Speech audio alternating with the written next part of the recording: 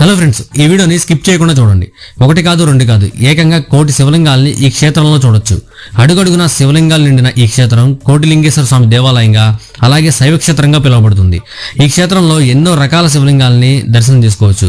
ఇది ఎక్కడుందంటే ఆంధ్రప్రదేశ్లోని గుంటూరు జిల్లాలోని మంగళగిరికి 14 కిలోమీటర్ల దూరంలో కృష్ణానది ఒడ్డున చుట్టూర పంట పొలాల మధ్యలో ఉంటుంది. దేవాలయానికి ఎదురుగా కృష్ణానది ఉంటుంది. గుడి లోపలికి ప్రవేశించిన తర్వాత ప్రధాన దేవాలయంలో కోటిలింగేశ్వర స్వామిని చూడొచ్చు. ఈ స్వామిని 4 ముఖద్వారాల నుండి దర్శించవచ్చు.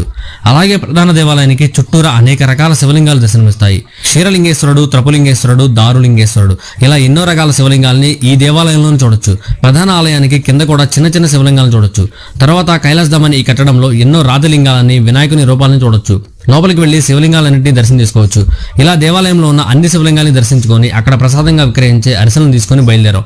ఎవరైతే దగ్గరలో ఉండి కూడా ఇంకా వెళ్ళలేదో తప్పకుండా వెళ్లి దర్శించండి. అలాగే ఈ వీడియోని ఒక లైక్